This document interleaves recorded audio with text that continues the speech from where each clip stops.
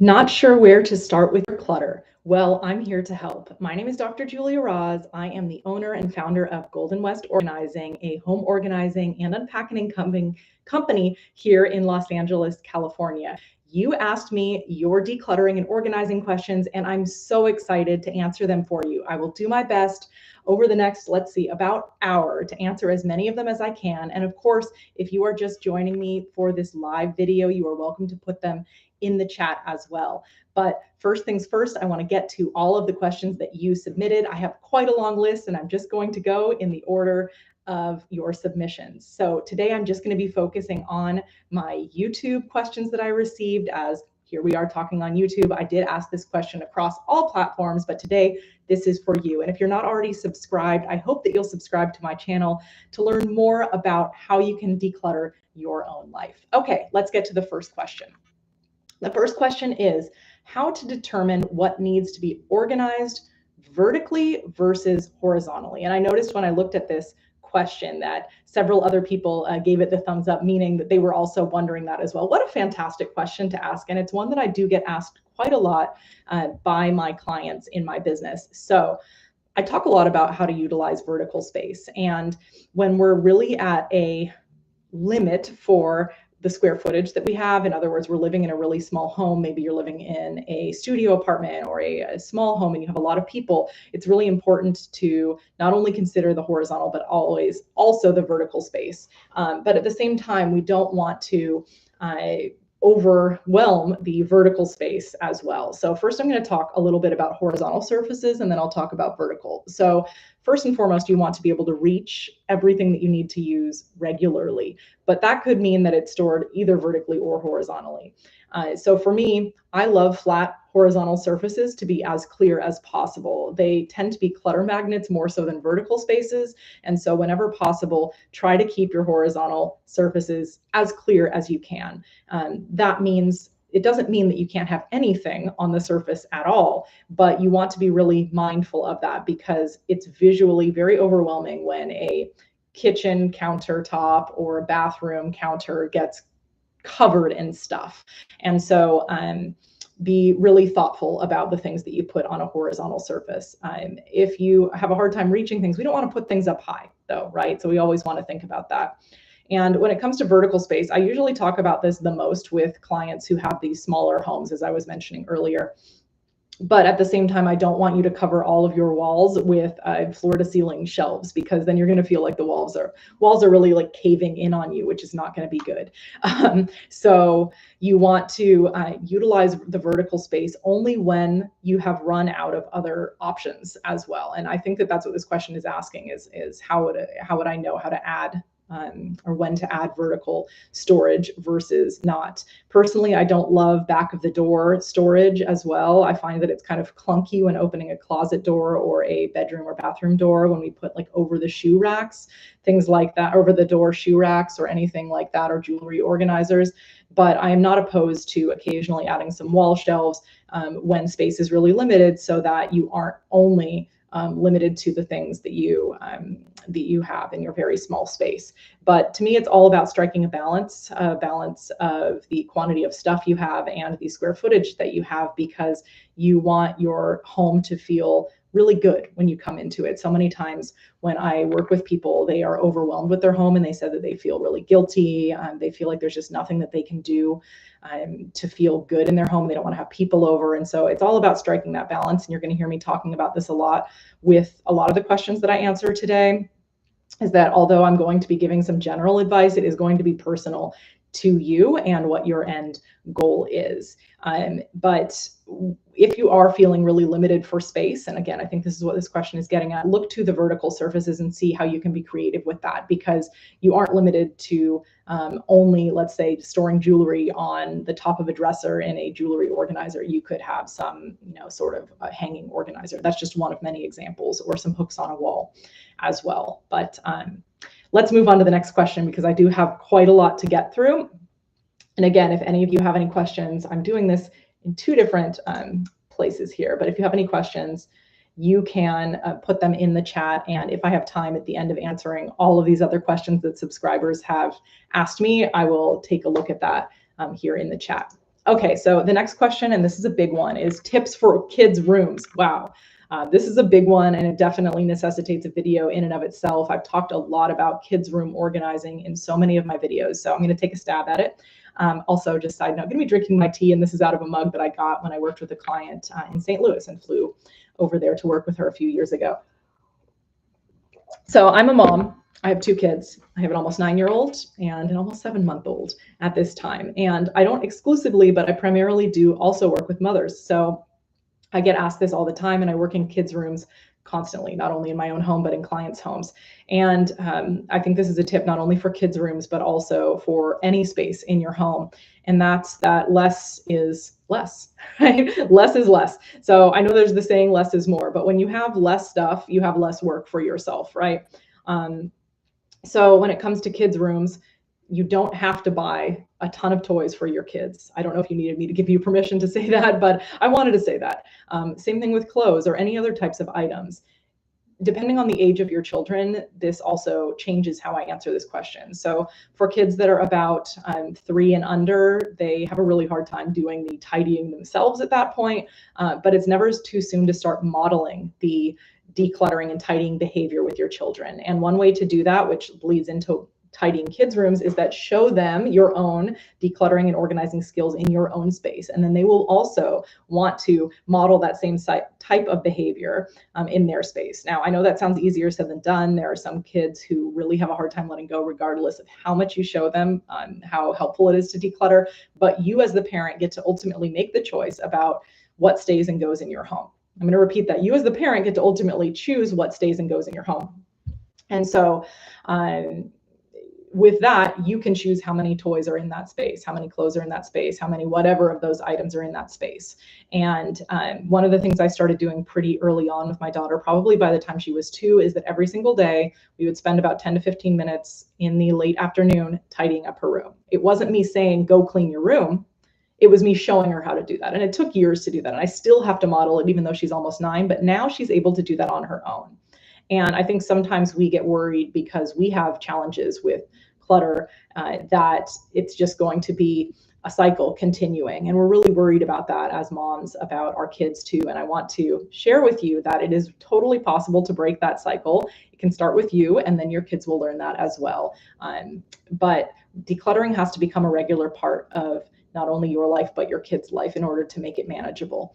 And another thing to consider, and I hear this quite a lot when it comes to kids' rooms, is that someday your kids are going to inherit whatever stuff, not only that they have from their room, but also your stuff. And so you get to now make a choice about what you want your kids' lives to be like much, much later on. It doesn't mean that you can't be sentimental, that you can't keep some things, right? I'm not saying that at all. I'm not saying to have nothing in the room, but that you don't have to keep absolutely everything that you have in there. And it's really an opportunity to change things.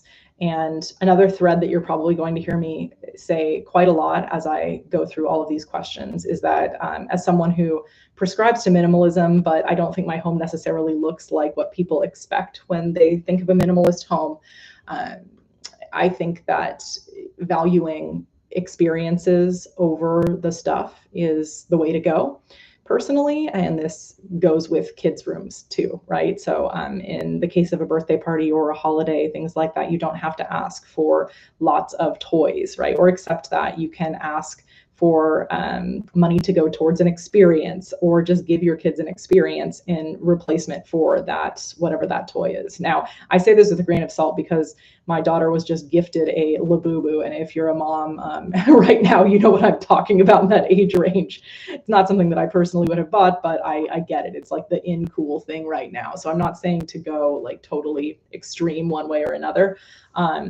but like what I said about the vertical and horizontal surfaces, it's about striking a balance as well. But making it a part of your daily routine, 10 to 15 minutes is totally doable for you and or your kids.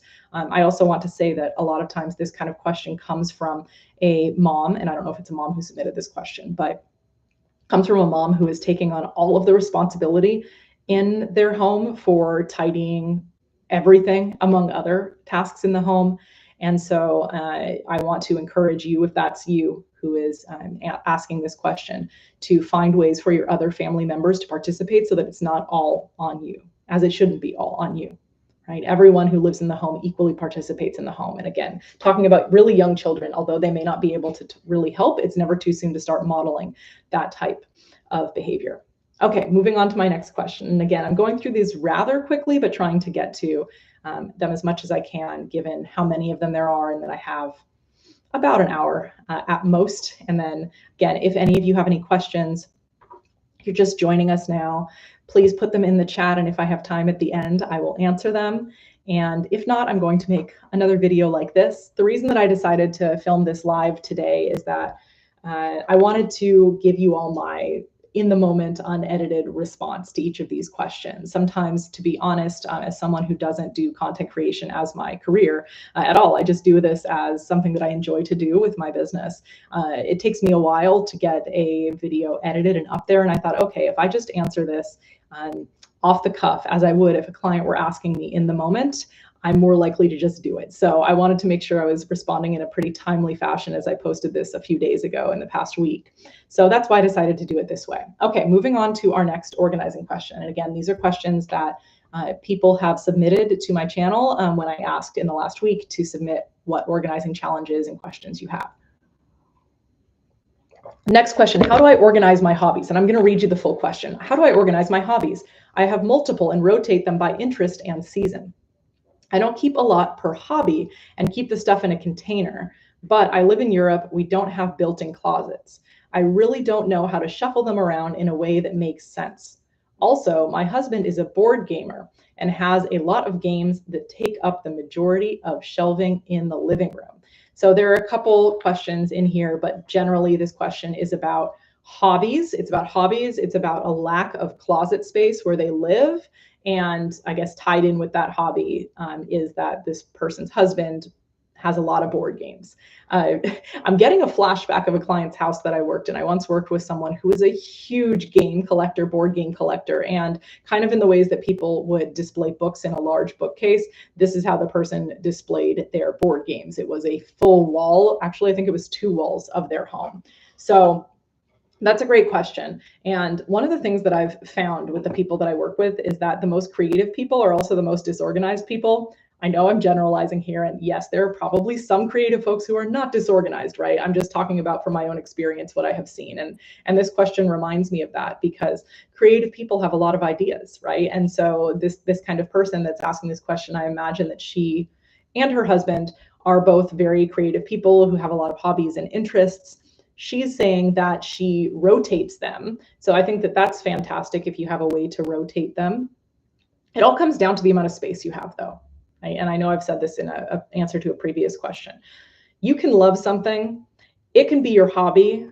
It can be something that you do. But if you don't have the space for it, you don't have the space for it. Okay. And I realize that that sometimes is a tough pill for people to swallow because they say, well, I love this and it's something that I do, whatever that hobby is, or in the case of her husband, board games. But if you simply don't have the space for it, what matters first and foremost about your home is that it's your living space, right? Not your storage space. Yes, there are things that we absolutely need in our home, things that are not just ourselves, right? We need those things to survive, to live. Our hobbies and our interests, we don't need those. Although again, some people might argue with me and say, yes, we do. But I think it all comes down to keeping what is a reasonable amount for the square footage you have, knowing that you live in a place that doesn't have built-in closets. It says that they keep it in a container. I don't know where this container is held if they don't have closets overall. But yeah, without seeing the space, it's a little bit hard for me to troubleshoot everything, but it does say that they put board games on the shelving in the living room. And I wonder if we can make that shelving in the living room where the board games are held also the place where we store the rest of the hobbies, and use those shelves. Again, don't know how many are there, but use those as a parameter for how many we can reasonably keep. There are so many people who love hobbies that I'm sure that if you donated some of the ones that you are not into right now, it would make them very, very happy. Now, I think that this person may have been looking for a solution that I may not be able to do, because as much as I wish I could wave a magic wand and make more space appear, I can't. As I mentioned in an earlier question, perhaps we can look to the vertical spaces to see if there is some additional places we can add shelving, but I don't want the shelving to take over your entire home. And so if you do have the ability to rotate things, and there is a place, I know it says no built-in closets. I'm not sure if there's any closet or space where you could put these in rotation, but I think keeping the quantities of them to a minimum is what's going to make the biggest difference. All right, next question. We're going to change gears. Let me take another sip of tea. Thank you all for tuning into this. I decided to kind of do this off the cuff. I have my whole ring light, my camera set up here to make this as a filmed and edited video. But again, just knowing myself, I thought, oh, it's going to take me like 1 to 2 weeks to get this edited and up. So might as well just do it live. So thank you all for listening in on this video where I answer everybody's questions that they submitted. And again, if you have one, you can type it here in the chat here, and I'll just put a little hi to everyone for joining me. Make sure I don't misspell this. There we go. All right, cool. All right, next question. This is a big one. And so we'll see how much time I spend on it. Again, I'm like reading these questions from you all, and each of them could be their own really long video. So the next question is hoarding advice, exclamation mark, question mark. It says hoarding advice, exclamation mark, question mark. Like key phrases you use to help people let go of things, especially cheap, broken things. Okay, I'm going to read it again because I think this is such a good one. Hoarding advice with an exclamation and a question mark, like key phrases you use to help people let go of things, especially cheap, broken things. I'm so glad you asked me this question. Now, I'm not a hoarding expert. Okay, I want to give that disclaimer here. I do work with a lot of people who self-describe as hoarders, or I may even see hoarding tendencies in them, but I am not someone who is just specializing in hoarding. So I want to give that disclaimer here. I do work in very, very cluttered spaces though. Okay, so advice on this. I do have some advice, and the question is especially cheap, broken things. So you want to hear what key phrases I might say to someone. The first thing that I do whenever I'm talking with someone is to ask them why they reached out to me. Okay, so I'll say, you called me today, you emailed me, you text me, whatever it is. Tell me a bit about why you reached out. I want to know what pain point or what was their bottom that led them to reach out to me. Not so I can shame them, but so that I can use that as fuel to help them when those hard decisions, such as cheap, broken things they don't want to let go, come up. So for example, someone might call and say something like, I am so overwhelmed with the clutter in my home. I broke down last night crying because I just don't know what to do anymore. I'm feeling paralyzed by this. I haven't had guests over in a few years. I feel like there's a mountain of stuff and I just want to feel peace in my home, and all I feel is stress. So let's imagine someone said that to me. So as they're saying that, I'm keeping this all in the back of my mind, perhaps even taking notes so that I remember everything that they said. Then when we start to go through things, and with someone who truly has hoarding tendencies, this can be a very, very long process with them. It's not going to be fast, but usually what I will suggest, right? They might be looking at this huge room that is floor to ceiling with stuff. I'm imagining a garage here, but it could be any type of room. And what I'll tell them is, you know what, let's start with trash. Okay, let's start with trash. Why do I want to start with trash? And first of all, I want to say I don't throw away anything, even things that I believe are trash, unless someone consents to that. And someone who really does struggle with hoarding is going to have a hard time letting go of anything, including things that you might think are trash. So I'll say, let's identify things that we think are trash. And I'll ask them if they see anything that's trash, right? Maybe they'll be like, oh, that's, I don't know, an empty candy wrapper. You can throw that away. Maybe they've said that to me. And then I will find things that I believe are trash, and I'll ask them those same things. And as they are willing to let those pieces of trash go, one, you feel a huge sense of accomplishment. Sometimes we can fill multiple garbage bags just with clear trash. But two, I want them to start feeling confidence in themselves with making decisions, because that's really what this comes down to. It's not only the acquiring of items, but the inability to make decisions on those items, on what to do with them, on where they go, and being able to let them go. And so starting with things that are trash is a place to start. And that's one thing I would recommend. And if that's even hard for them, usually I will chat with them about what's so hard for them about that, right? So, and that's going to be different for every person. So for example, I worked with someone who had a considerable amount of expired food. Like years expired food. We're talking 5-10 years. They didn't want to let it go because they believed it was a conspiracy and that it was just put on there by the government, and et cetera, et cetera. Now, I then decided I explained to them that we could not donate any of their food to food pantries, that food pantries will not take expired food. And if a food pantry won't take it, why are you willing to take it? So I sometimes try that kind of rationale with them. If that's not working, another thing that I may say to them is, let's go back to why you reached out to me. Okay, let's remember that and use some of the key phrases that they've said to me. You said that you feel stressed. You said that you feel overwhelmed. You want to feel peace. You want to have guests over. This is going to help you get to that goal. Okay, I know it may seem like one can of food is really, really hard to let go of because you don't think it's expired, you think it's still good, but remember what your end goal is here, and we're going to help you get there. And it's okay if you feel uncomfortable by this. It's okay if it hurts. It's okay if you cry. Any of the above to help them to make decisions on things. This answer to hoarding advice, it's huge. It definitely needs its own series, not just one video or even one answer here. But I have so many more things to say. I think I'll include one or two more things on this one of things that I may say to someone. Sometimes I work with people who their significant other, child, roommate, whoever it is, someone in their home is really struggling with clutter / hoarding, and they don't know what to do. They feel like they're at wit's end because they don't want their home to be that way, but the other person has made the home into that state. And one thing that I recommend, and I say to people who have a family member who is hoarding, is that you can set boundaries with that person about the spaces that are communal or spaces that are just for you as the person who is the non-hoarder. So for example, you might say, I know that this is our bed, right? But my side of the bed, I'm going to keep it clutter-free. And if I see you place your items on my side of the bed, I am going to remove those items and put them on your side of the bed. Or if you place things on my side of the bed and you don't remove them within this much time, I am going to toss them, whatever that happens to be. Or this room is my office. This is my office just for me.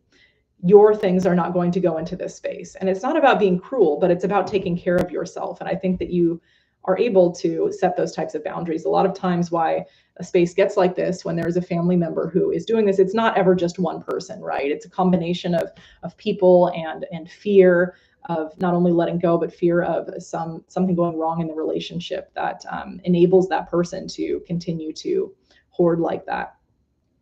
And then, of course, there are situations, and again, as a non-hoarding expert, there's a limit to what I can do, but there are situations when I work with people who really struggle with clutter where I have to refer them to other professionals as well, because there's a limit to what I can do in my services. Although I often refer to myself as like a therapist for the home, I am not indeed a therapist. My doctorate's in communication, so I am fantastic at talking with people and talking with families, but that isn't my area of expertise. So there are times where I have to ask for additional help. And I would say some advice that I would say to you asking this question is not to be afraid to ask for help, either from a professional organizer or someone who specializes in compulsive hoarding.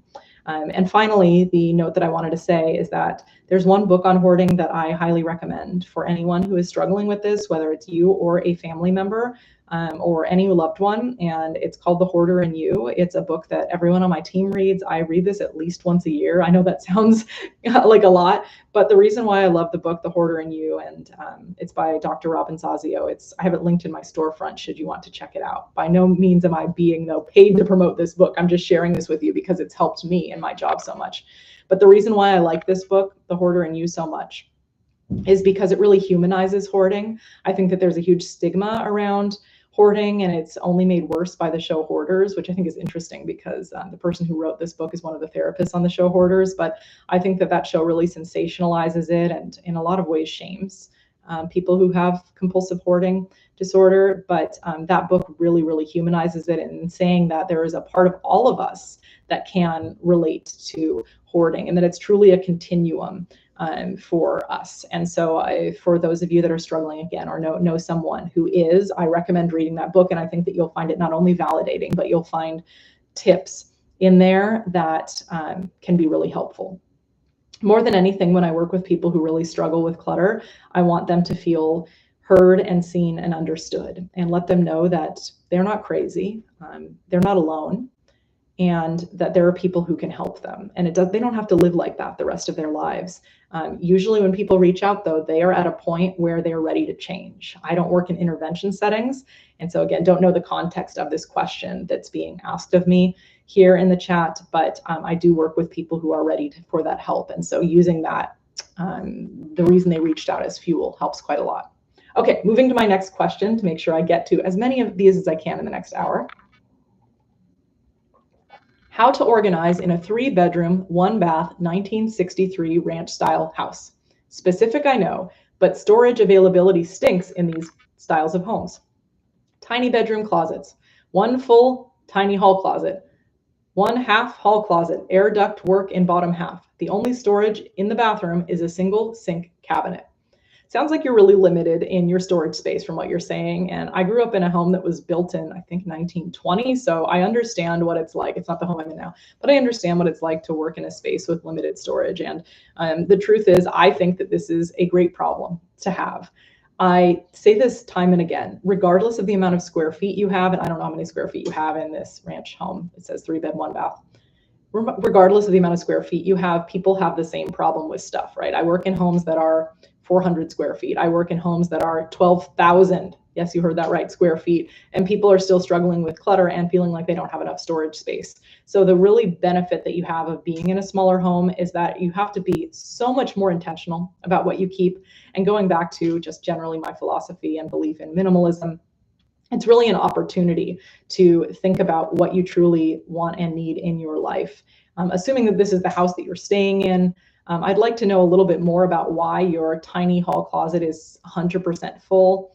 And yes, that's true. Some homes don't have a lot of storage, but again, don't have to see this as something that's bad, but rather, how can you accommodate the stuff to fit the space? I think so often people think about the stuff first and the space second instead of the reverse. And I always tell people, you've got to think about it the other way around. You've got to think, oh, hello, thank you for saying hi.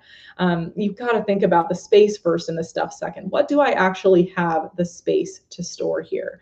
And then knowing that, what do I absolutely need to keep in my life?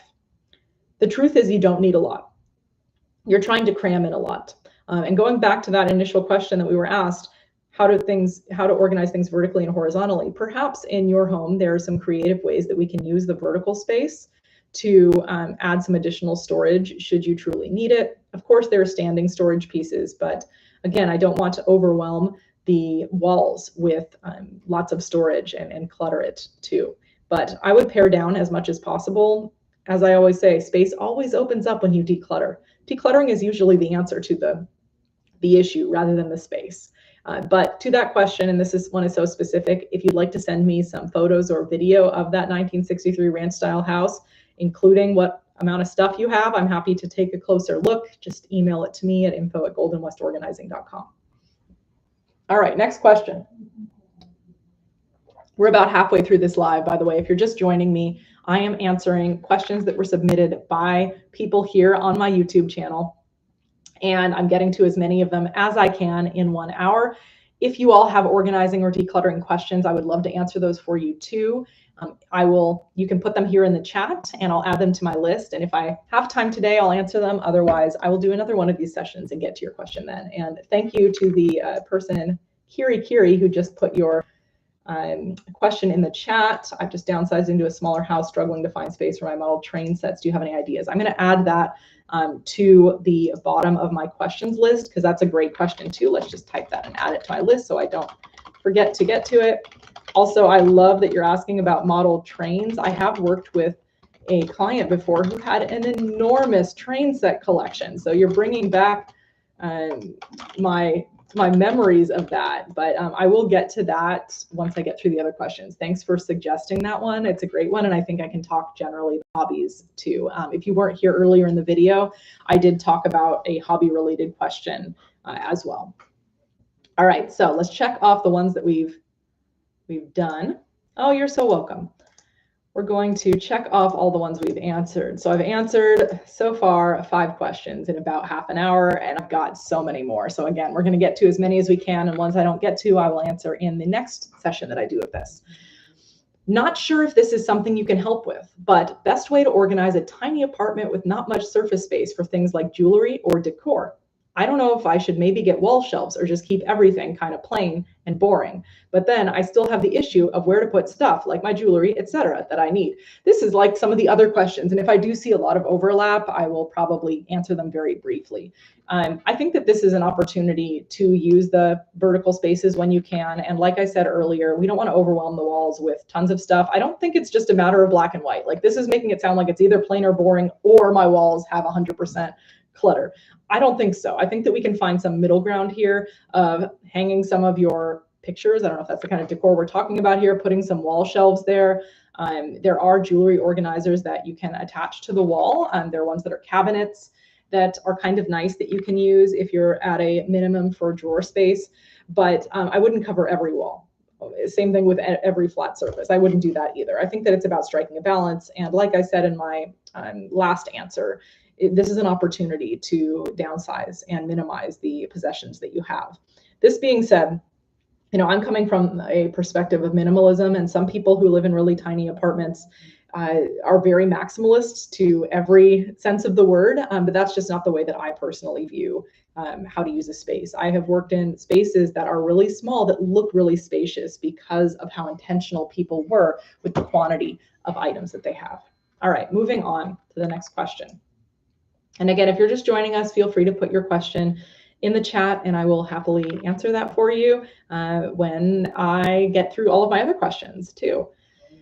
And also, if you're just joining us, answering, organizing, and decluttering questions that were submitted by you. I had posted a video asking people to submit their questions, and now I am taking the time to answer them all because that's exactly what I want to do. I get told time and again, like, Julie, I wish that you were in blank state, or I wish you were in this country. And although I do work with people over Zoom or even travel for them, I know that that's not feasible for everyone, but I want to help you, each of you, and give you as much advice as I can. And I really appreciate you stopping by and watching my videos. And I hope that they provide you with some inspiration to get started. All right, next question.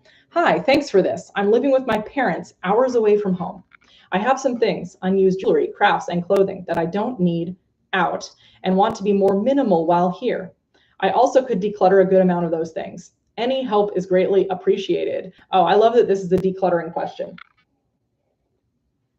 So let's talk about some of the steps that I recommend when decluttering, because I think that that's what this one is really about. So there's a video that I have on my page about some questions that you should ask yourself whenever you're decluttering, and I encourage you to watch that, is that I go through these 5 questions to ask you, but I'll just do a quick revisit of them, of some things that you can ask yourself when you're decluttering. I think it's great that you want to be more minimal. 1, do I need it? 2, do I use it? 3, do I have space for it? 4, do I actually like it? What did I say? I said that there were 5. I'm losing one of my questions right now. This is what I get for doing a live video, is that I'm forgetting one of them as I'm going through it. But some of the 4 ones, I guess, that I'm thinking of right now, I know I have 5. And after I'm done with this live, I'm going to kick myself for not remembering it off the top of my head. But do I need it? Do I use it? Do I like it? And do I have space for it? These are some questions. Oh, and another one is, would I replace it if I didn't have it anymore? Those are the 5 questions that I would recommend asking yourself when going through everything. I know some people talk about like this poop method. I don't know if you all have heard that for decluttering. I think it's kind of a gross way of thinking about it, but it's pretty spot on. And that's the idea, is like, if you had poop covering that item, would you go ahead and clean it and like try to rectify the situation, or would you repurchase it if it got like damaged like that? I think that's one way to think about it. It's not how I would phrase it to my clients, but like, are you willing to let it go to replace it later if you had to, right? Because a lot of the reasons why people keep items are they think they'll need it just in case. Well, we all have a different threshold for how much we would be willing to spend to replace something. And I'm not saying that it's just that all things are replaceable, but it's about being mindful about your shopping habits and consumption habits to begin with. How did we end up where we were today? And decluttering to me is not about shaming the person whatsoever, but it's about a deep personal reflection on your relationship to stuff, on how you consume stuff, on how you organize stuff, and how you are or are unable to let go of stuff. And so it's a really great time to reflect on how you've lived your life and make real changes moving forward. It's okay if decluttering is hard. It's not supposed to be easy. If it was easy, you probably wouldn't be here on my channel to begin with. I am someone who struggled with letting go. I know sometimes it looks like in my videos, I just love letting go of stuff, which I do, right? But the reason why I started this business is because I had such an inability to let go of sentimental items that I had inherited.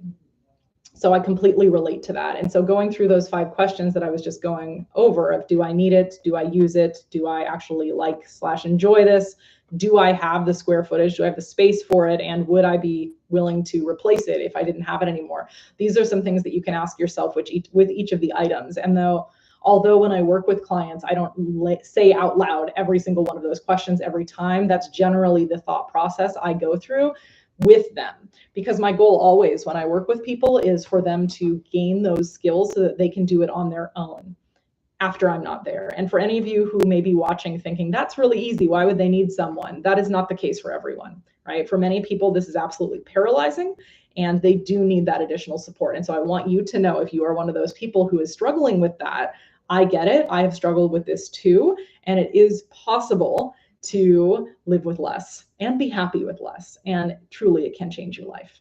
I had someone write a mean comment recently saying I was being too happy and uplifting and I need to be real, but I'm just speaking from personal experience and I have no gain or benefit from lying to you.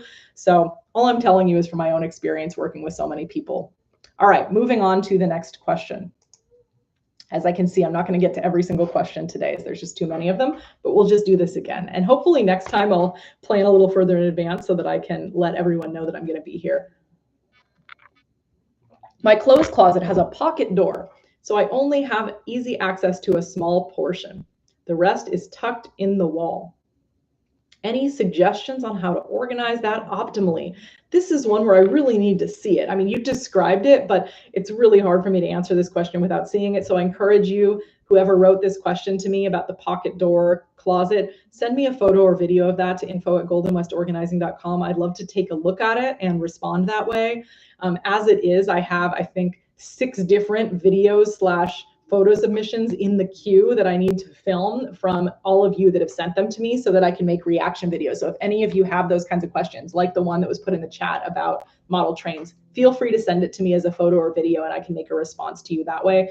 But this one's a little bit tricky for me to answer without seeing the space. I don't know the quantity of clothes that we're talking about here, what you're doing with the clothes otherwise. So please send me a video and I'll take a closer look and answer your question then.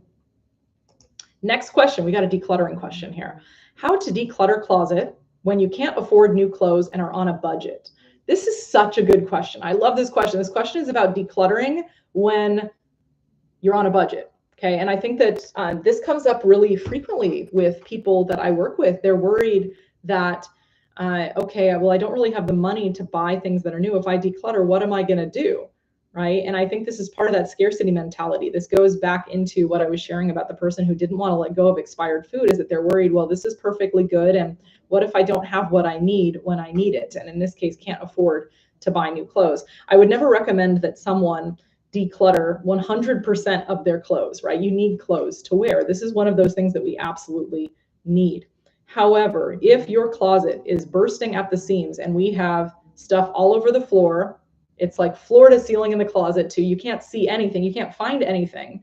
You're not living happily and optimally in that space, right? You probably don't even know what half the clothes are. So I would still be going through the same steps that I would do with anyone, regardless of whether they are on a budget. I'd pull everything out of that closet, see what the closet looks like with nothing in it, because usually that is such a great way to get a good perspective on what to keep.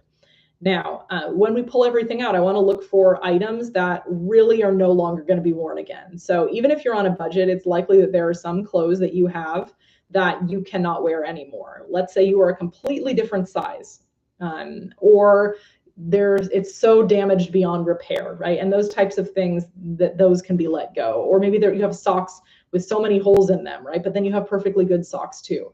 So going back to what I've said earlier, it's about striking a balance here. I don't want you to have 0 clothes, right? I want you to have what you need. And I don't want you to have to go out and shop for more, right? Shopping is probably where you got to this problem to begin with. And again, giving you some advice that not everybody wants to hear, perhaps that the budget wouldn't be so tight if all of that overconsumption wasn't happening to begin with. And I'm not saying this to be cruel or anything, but again, decluttering is about a deep self-reflection. And knowing that you're on a budget, this can be an opportunity to think about making mindful purchases, whether it's about clothes or anything else in your life moving forward. One of the recommendations that I have, because to me, minimalism bleeds into every element of life, it's not just about our stuff. But I love tracking spending. I use the app Every Dollar to track 100% of my expenses. It's the budgeting app that I use. Again, not sponsored by Dave Ramsey and his app at all, but personally, I find this app very easy and intuitive. You can even hook it up to your debit or credit card so that it automatically pulls in the purchases for you to put in the budget. But I've found that when you are tracking every single dollar, it helps you enormously with saving, staying on a budget, and again, tying back into minimalism. It's a really good way to get back on track when you're on a budget. So highly, highly recommend that. But still do the decluttering, right? If that space is still overwhelming you and you can't make your closet work for you, I think it's still possible to let it go without letting go of so much that you don't have clothes for quite a while. I don't replace my clothes very often, and it's also just not a priority for me overall, but that's just a personal thing. But check out that budgeting app that I was mentioning. I hope that that's helpful for you. Next question. Oh, I answered this next question in the chat because I have a video about this, but I'll share a bit about it anyway here. How to manage kids' art. End of year, and there's so much hanging on walls and windows and surfaces. Some are standing projects. Okay, so with the exception of the standing projects, and I'm going to assume that that means things that your kids are still working on. I love this question because as a mom, this is something I have had to figure out myself. I don't have the book in front of me right now, but it's like within reach. I'm not going to go over and get it right now, but the way that I personally like to handle kids' artwork, I use a service called Archive. I'll put later on in the description for this video a link to that because I do have a discount code for Archive. It's spelled ARTKIVE. I'll put it here in the chat, actually just the name of it. But this is the service that I use for kids' art. And so every year I save a stack, and I can see it actually, you just can't see it on camera. There's a stack over on this dresser of my daughter's artwork that I've saved from this past school year.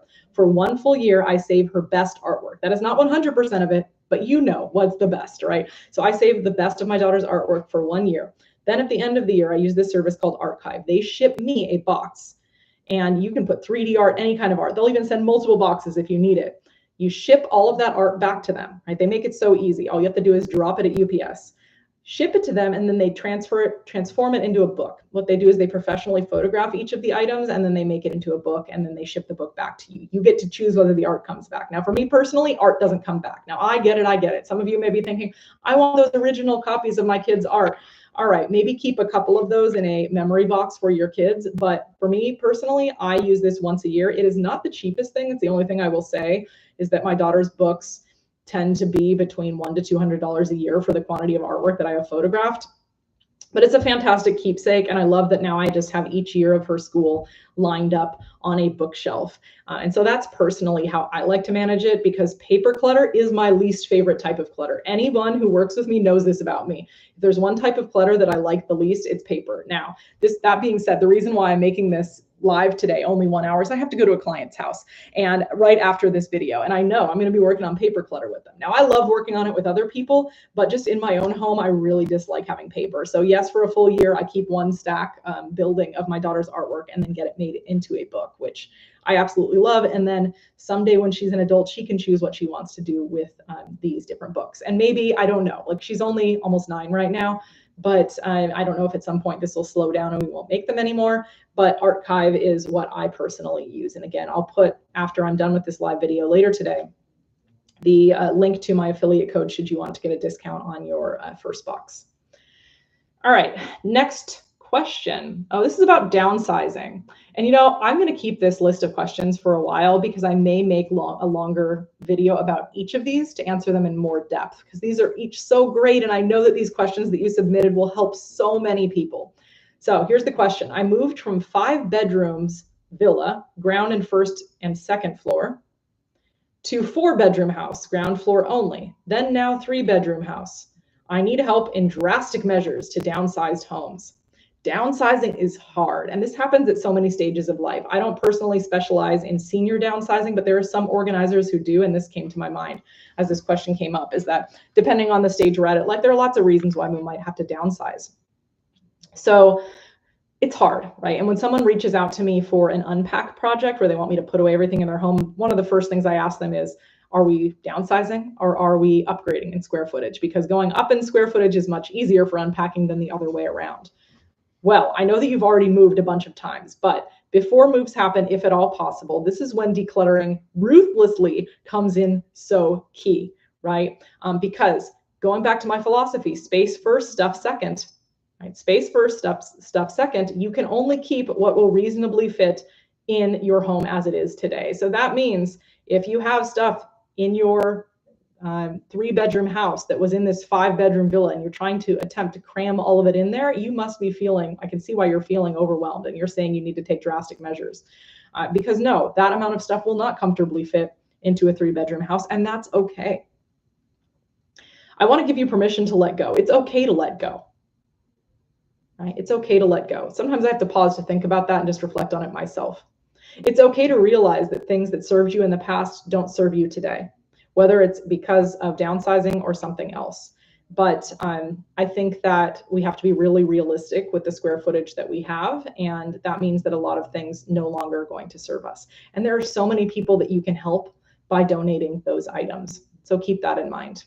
But yeah, what a big challenge to have that so many people have. And one of the things that I wanted to say about the space first, stuff second philosophy is that I find it to be a more neutral parameter for making decisions. This is also known as Dana K. White's container concept. You may have heard it from her if you've ever gone to her channel as well. But what I like about the container concept, or thinking of the space first as the parameter, is that it gives this really neutral boundary for what to keep and what to let go of. I simply don't have the space, therefore I can't keep it. It's not, oh, my kids love this thing so much, or I use this all the time, what am I going to do? No, I don't have the space for it, therefore I'm not going to keep it. This is part of how I keep my home so decluttered, is that although my home may not be too large, I think it's very spacious, but I have to be so intentional with everything I keep, because it can become cluttered once again. Now, clutter to me may not look like clutter to you. I have made videos of my home, which some of you may have seen, where I'm decluttering it, and people have told me, you don't need to declutter, it already looks good. Okay, well, that's the whole point. I declutter so that I can keep my home in the state that I would like it to be in, and it has to be an ongoing process. And so even after, and I think that this person is going to need to do a massive decluttering of their stuff, even beyond that, you're going to have to be really mindful as new things come in to make sure that you're not over-cluttering your 3-bedroom house. All right, maybe 1 or 2 more questions for this live session, and then I'll keep all those other questions for the next time. This is a long one, so bear with me as I answer this question that one of you submitted. How do I deal with my children's items and group items? We have a family room with homeschool materials, crafts, projects, Lego creations, etc. I've been decluttering for over 10 years, have listened to all, that was in all capitals, the videos, podcasts, books, but I still get stuck. My kitchen too. It's the family items that I don't feel I have ownership enough to make a decision on.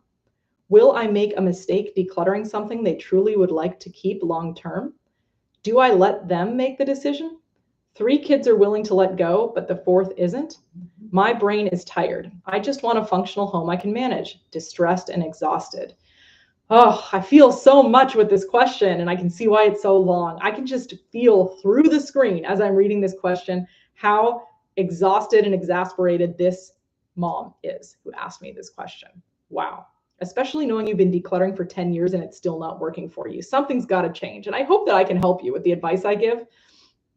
I'm wondering what all those videos and podcast books are, and what wasn't working for you in the past. But here's what I think the problem may be, not having seen what's going on in your home, right, in your day-to-day life. What I think the problem may be is that you as the mom are taking on almost 100% of the responsibility for 100% of the items in your home. And that's got to be a lot, knowing that you're homeschooling, that you have 4 kids, and that you're saying that 3 of them are willing to let go, but the 4th isn't. I want to remind you that you as the parent get to make 100% of the decisions on what stays and goes in the home. I don't mean that you shouldn't be conferring with your kids, especially after a certain age. I don't know what age your children are, But the more that you model the behavior for them, the easier it will be for them. But I think that what we need is for your kids, and again, don't know the age, so I'm going to assume that they're old enough to make choices.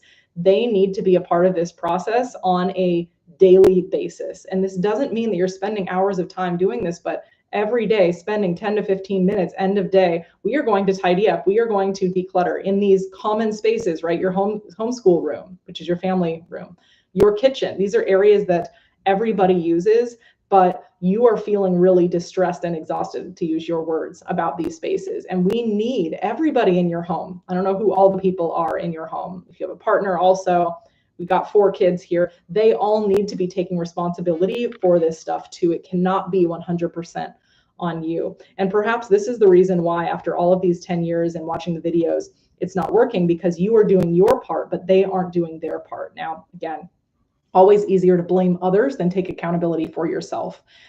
But I do think it has to be a whole family participation kind of scenario for this to work for you, because inevitably things will always be coming into your life, right? You're always going to have an influx of things one way or another, whether it's your things, partners' things, kids' things. There's always things, pets' things.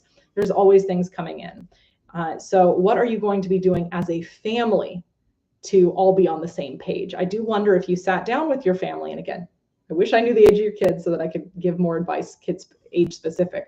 Sit down with your family, tell them exactly what you told me. I have been feeling exhausted and distressed. I have been trying to keep my home decluttered for the last 10 years, but it feels like it keeps going back, and I need you all to help.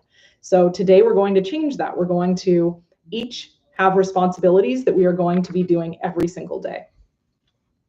And I'm hoping that when you take some of that off of you and we teach our kids to do it with us, that you're going to start feeling a bit less distressed in your home. But I do imagine that if you are the one who is picking up, tidying up after your kids, all 4 of them, every single day for 10 years, even if you've tried to minimize the items, if they're still not putting things away, I can see why you would feel that way. So they're going to have to take that responsibility, and it has to be built into your day. And knowing that you're homeschooling, and I'm definitely not an expert on homeschooling as someone who's never done that before, but perhaps that this can be part of the homeschooling routine, right? Maybe decluttering and learning that skill of tidying is part of homeschooling, and it's a part of the day every day.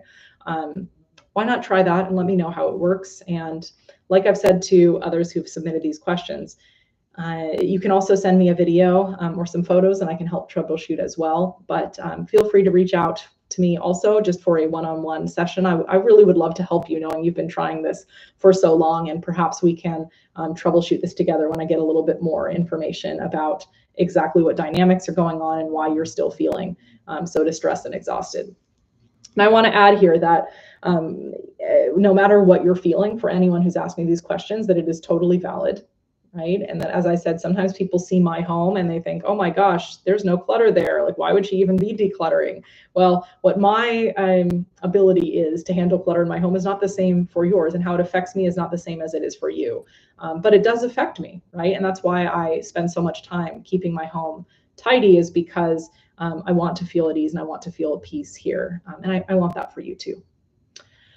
All right, looking at the time, I'm going to answer one more question, and then I will keep all of my other questions for the next time that I do this. Last question, and this one is about, I believe it's about organizing or containers. I can't tell. Let's see. Okay, so even after I do a large clean out, I can still never organize things, and it looks awful, and I can't afford any more than containers that are a couple dollars, but my room and bathroom are messy. Please help.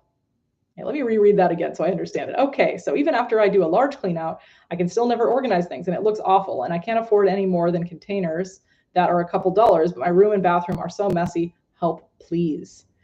I'm wondering why this person feels like their room and bathroom are still so messy after they have done a, quote, large clean out. Maybe the clean out wasn't large enough, right? I think that you may need to declutter more, because, as I said before, space always opens up when you declutter, right? It always opens up when you declutter. Now, there is a time and a place for containers, and I've been asked to make a whole video about this, so I'll have to do that at another time as well.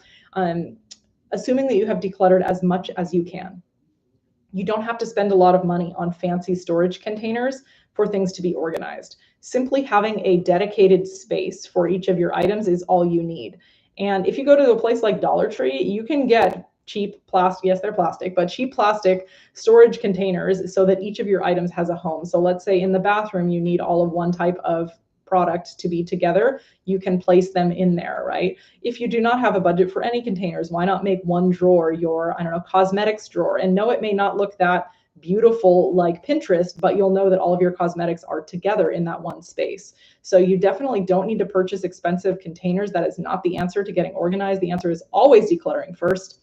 And I would encourage you to do another one of these quote cleanouts, as you said, of your items, so that you make sure that you have minimized as much as possible. And then if you have no budget for containers at all, why not use things you already have, such as shoe boxes, old iPhone boxes, things like that, just so that you have some separators within drawers if that's what you're looking for. But you definitely do not need to buy any fancy storage containers. One of the things that I am known for philosophically is that I like to repurpose, reuse items as much as possible, always before buying things. Now, some people that I work with are looking for a certain type of aesthetic. They may show me pictures, or they may even say the phrase, I want my home to look aesthetic. They may say it that way. And in those cases, of course, I can help them source and put in beautiful storage containers, but that's not always what's right for everyone, right? Or what's needed. And so always I try to repurpose what I can first. And let's see what will happen when you do even more decluttering. All right, just want to wrap this up because I have to get over to my client's home. Thank you all so much for joining me today for this live session where I answered decluttering and organizing questions that were submitted by you. And I really appreciate that. The chat was very quiet today, which is actually really nice. Sometimes when I do live sessions and I haven't done it in a while, it's very lively in ways that I can't keep up with it. So it's been nice and quiet. But I did have a question in the chat about model train sets, and I have added it to my list of subscriber related questions. So I'll do that in the next live session that I do. If you're not already subscribed and you're watching this, please do so. I make videos about decluttering and organizing, often in clients' homes when they allow me to film, or in my own home, and try to give as much decluttering and organizing tips and tricks as I can from someone who does this professionally. It's Friday the 13th. I hope you all have a great day, and I look forward to seeing you again soon. Bye, everyone.